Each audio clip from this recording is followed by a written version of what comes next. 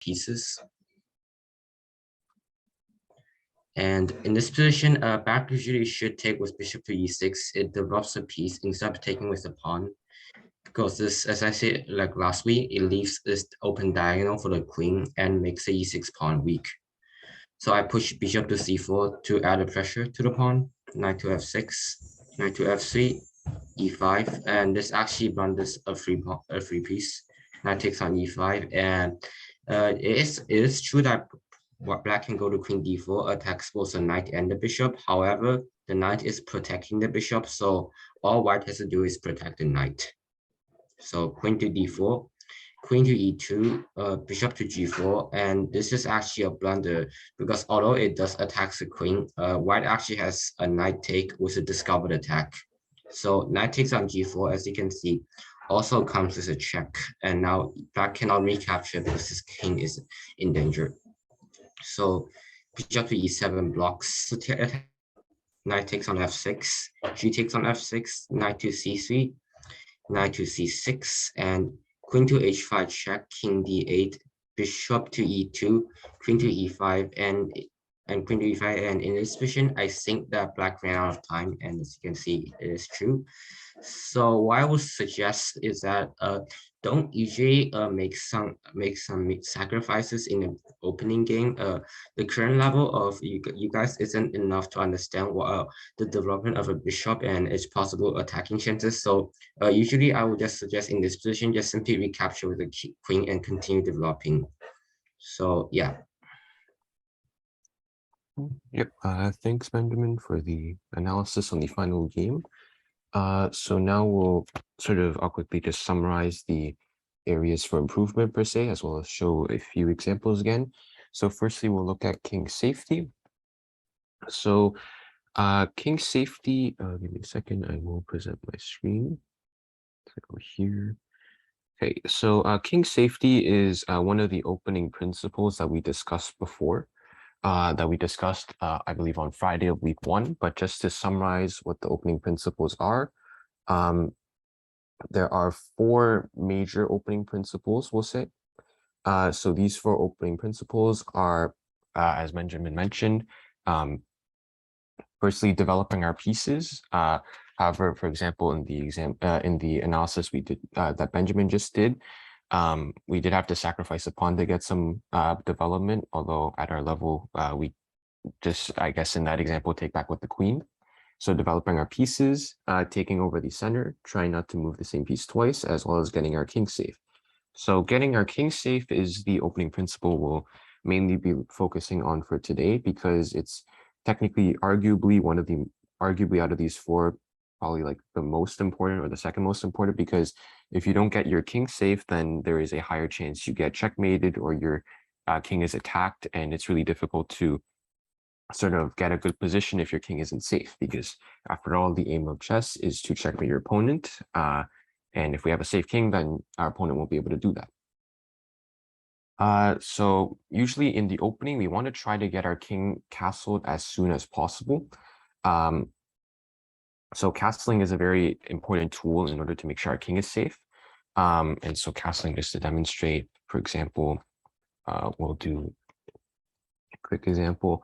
So for example, you'll see that here, after only 3 moves, white is able to quickly castle on move 4. So this is really important, because you'll see that once we're castled, there are a lot of pieces around our king. And so it's not really easy to attack. It's not really easy for our opponent to attack our king immediately. And in fact, our opponent would try to do the same thing, get all their pieces out and get castled as quickly as they can in order to avoid having their opponent launch a big attack on their king and potentially get checkmated. So it's very important that we castle as quickly as we can. And as you see, there are a lot of pawns which surround our king, and as well as this rook here, which also protects our king. And usually you'll have a knight in front, because you're usually developing your knights in front of onto like f3, f6, c6 or c3. So usually you'll have a knight there as well. And there are also other pieces that can help support your king. So we'll look at 3 openings here, which demonstrate sort of king safety, and how sort of in openings you try to get your king as safely as possible, as early on as possible. So for example, here, as you'll see here, black quickly, in the spirit of getting their king safe, immediately gets their pieces out, gets their king side pieces out as quickly as they can in order to be able to castle their king as early as possible. So white's opening plan in this case, which is a little bit advanced, it does focus on a bit on this side of the board a bit more. But white does get castled sooner or later. And you'll see here, white manages to get all their pieces out. So these two pieces, they have to get out in order for white to castle. So you'll see that white gets both of these pieces out, the bishop and the knight, and they're able to really quickly castle. In fact, here white actually has the liberty of castling both sides, although usually in this opening we castle towards the F on the F and basically on the G file, because if we castle the other way, the king is a little bit more open. So also that's another thing with castling. When we're castling, we have to make sure we have to look at sort of if we have two options for castling, which are queen side castling, which is this side, or king side castling, we should look at which side is more safer. You'll see that if we do queen side castling, our opponent could get like a rook here, and then they could slowly maybe try to attack our king. You have to also notice that this is some long-term sort of ideas, but you'll see that this rook is sort of on the same file as our queen and our king.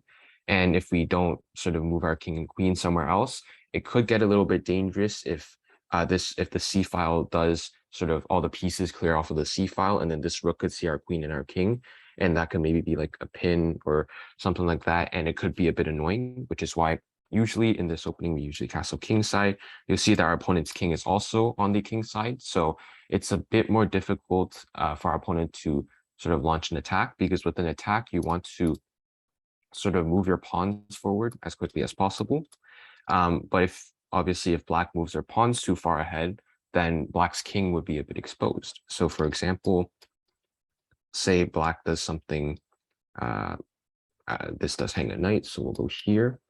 So let's say black does something like this. You'll see that black's king does get a little bit more open, which is why when we're castling, sometimes we castle on the same side as our opponent, because then it's more difficult for our opponent to launch an attack without sort of exposing their own king.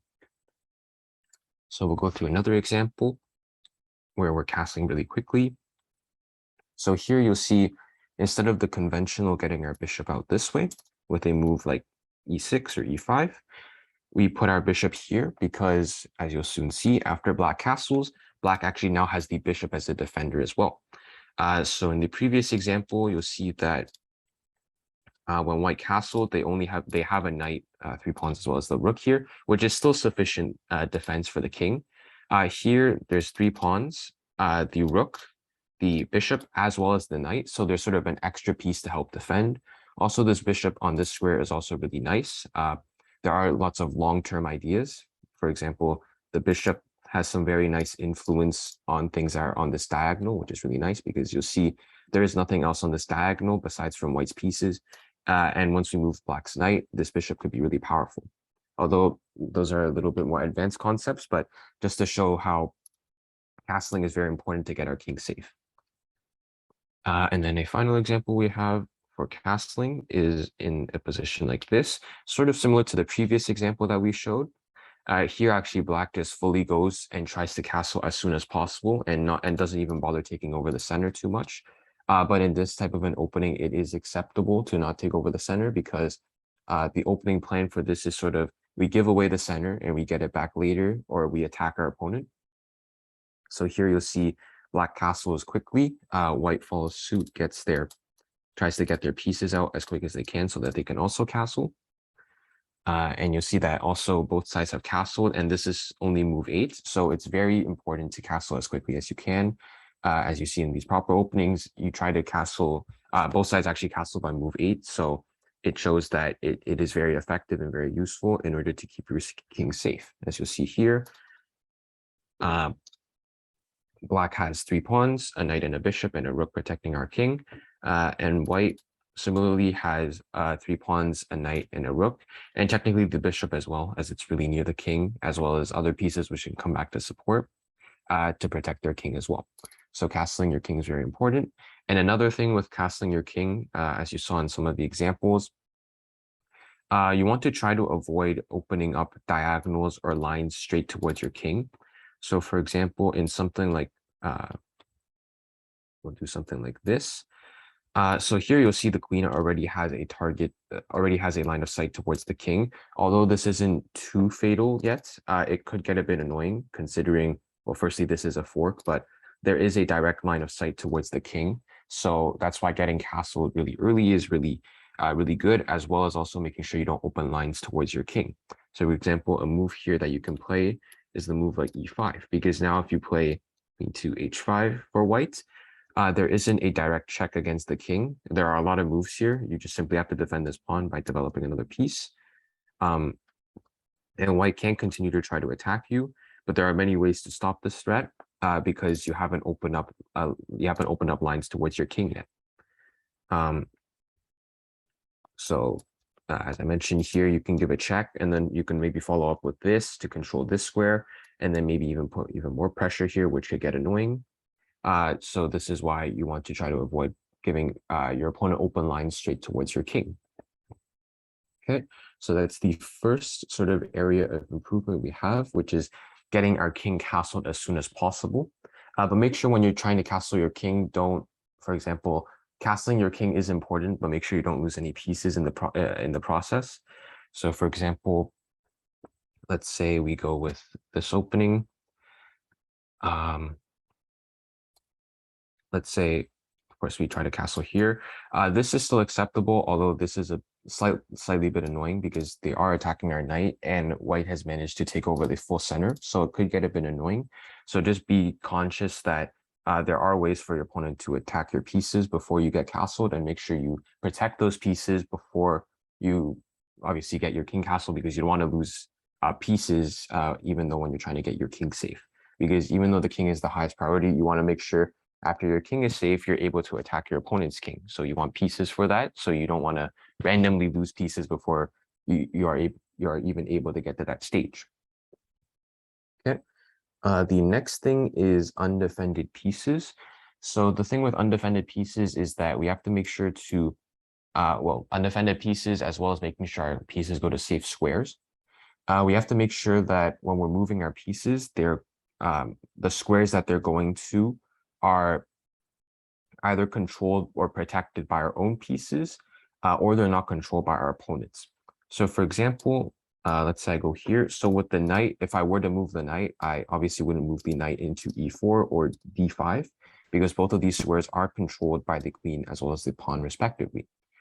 So if I were to move the knight, then I would move the knight to square like g4, for example. This square is not controlled by any enemy pieces. These pawns could attack our knight, but currently they aren't controlling the g4 square. So we have to make sure we look to see where our opponent's pieces are controlling, and how we can make sure that when our squares, let's say, go to those, let's say, when our pieces do have to move, that they have squares where they can go to where they aren't going to be captured by opponent's pieces. So for example, here, although this square is controlled by the queen, we can still go here because this pawn does support the knight. So this is an example of where sort of we can go to a square where our opponent's controlling the square, but we're still protecting the square anyways. So this is still a safe square. So like I just showed, it's very important. We don't want to lose our pieces immediately. However, here we would simply develop bishop g7. And of course, there are certain tactics that we talked about last week that we should look out for as well. For example, like forks, pins, captures, and etc. So if we go to this example, let's say we can play f5, for example. So here we would immediately probably have some problems with this pawn because we are attacking the king as well as attacking this pawn. There is the move g3, which does protect this pawn and attack the queen, but you'll see that building off of the castling situation, black really isn't able to castle on the king side, which is when we move our king to the g file. The reason being is all of these pawns have already moved in front of our king. So our king is more vulnerable if we castle on this side of the board. So let's say we continue here, we keep developing. You'll see that white has this open diagonal to attack our king. White can also maybe move their queen over to the h file, and maybe they can team it up with this rook to attack on the h file as well, and this bishop will control g8. So, for example, something like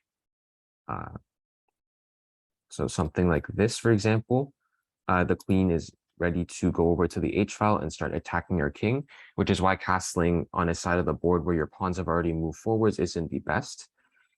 Whereas alternatively, in this type of a situation, you would prefer to castle queenside because all of these pawns haven't moved yet. So these pawns are still back and still able to protect your king. And they aren't, and sort of your opponent has to work harder in order to attack your king because these pawns aren't advanced too far forward or overextended. So that kind of encompasses both king safety as well as undefended pieces. So for king safety, again, we have to castle as soon as possible. So develop your pieces as quickly as possible and then get your king safe. And then be conscious about the fact that even though you're developing your pieces as quickly as you can, you want to try to castle as quickly as you can, you have to make sure that you don't lose your pieces in the process of trying to castle your king. Because after you castle your king, that's not the end of the game. You still have to beat your opponent, and you need your pieces in order to do that. Because even if you get your king safe and you have no firepower, then you're not able to do anything. You just have a safe king. And besides, we have to make sure to evaluate which side we should castle to. In this type of a scenario, the pawns on this side of the board have already moved forwards. So we would prefer to castle on the other side. So for example, something like this. Just to demonstrate. So for example, we would prefer to castle on this side because you'll see that our pieces here, they're still defending the king, and these pawns haven't moved forward yet. So they still serve as a great barrier in order to protect our king. And as for undefended pieces, we have to make sure to look and see which squares are controlled by our enemy, by the enemy pieces. For example, here, e4 is controlled and d5 is controlled as well. So our knight can go to those two squares.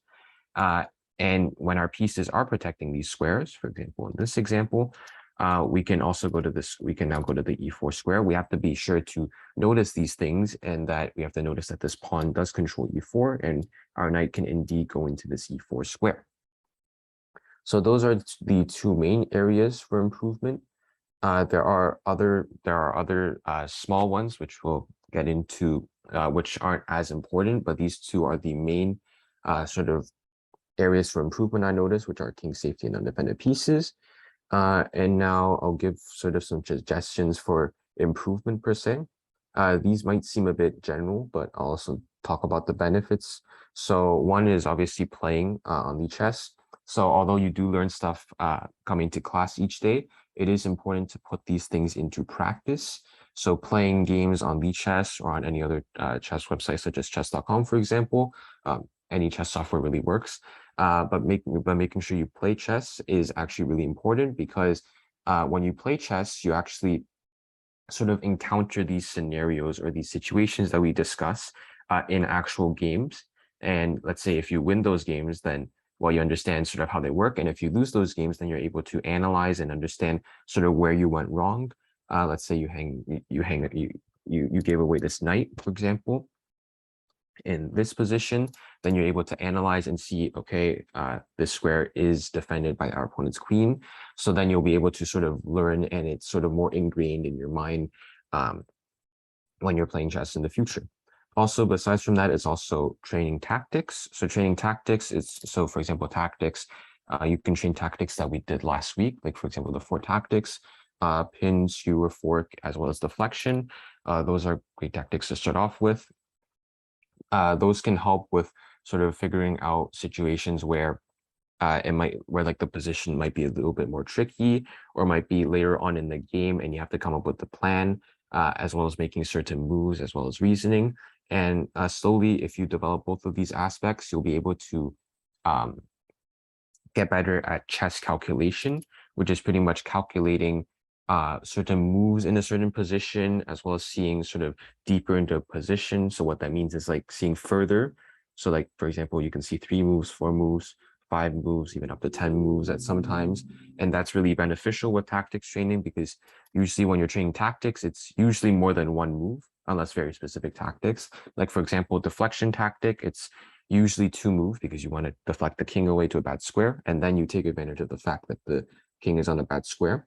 So these two are very important as well. Another benefit for this, for playing as well as doing training for tactics, slowly after you practice for a while or for a long time, certain sort of positions sort of become very intuitive, or sort of, for example, when you look at a position, you know immediately what to do.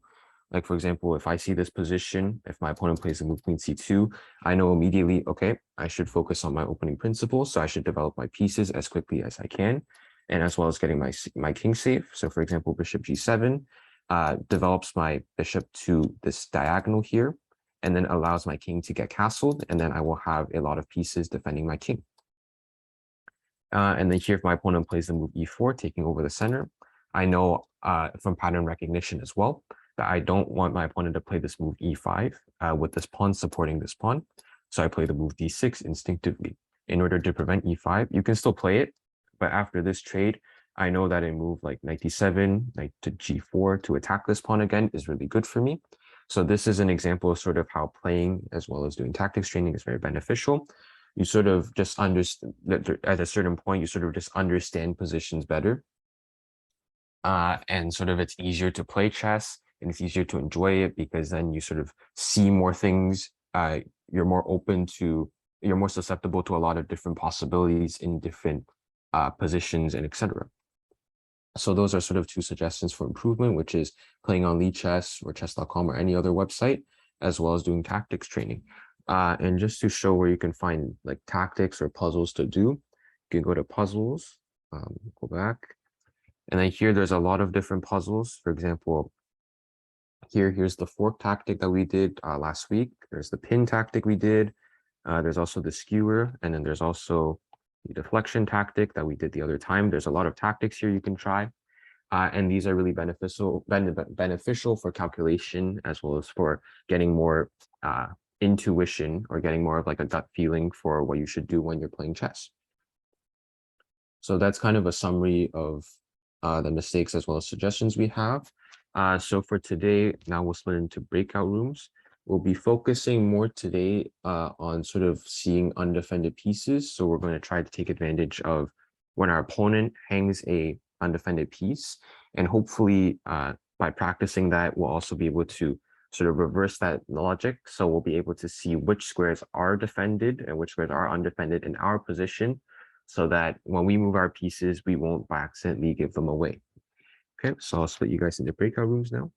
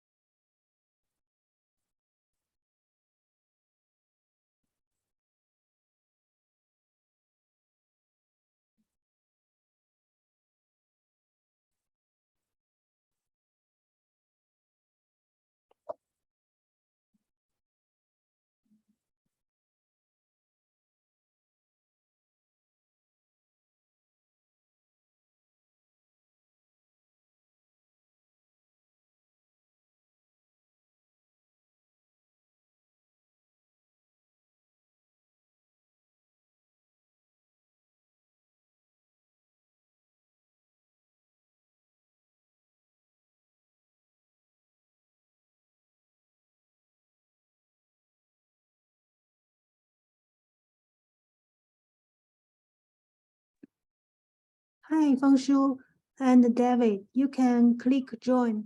Go to the breakout room.